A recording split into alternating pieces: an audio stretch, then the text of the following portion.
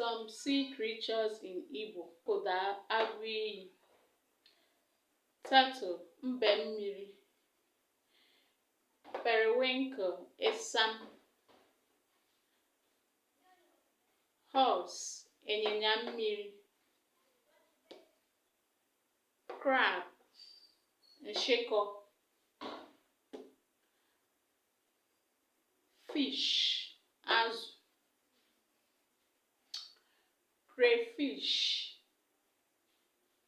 Crayfish, ịsha. Codfish, okporoko. Sea cow, ehi mmiri. Sea cow, ehi mmiri.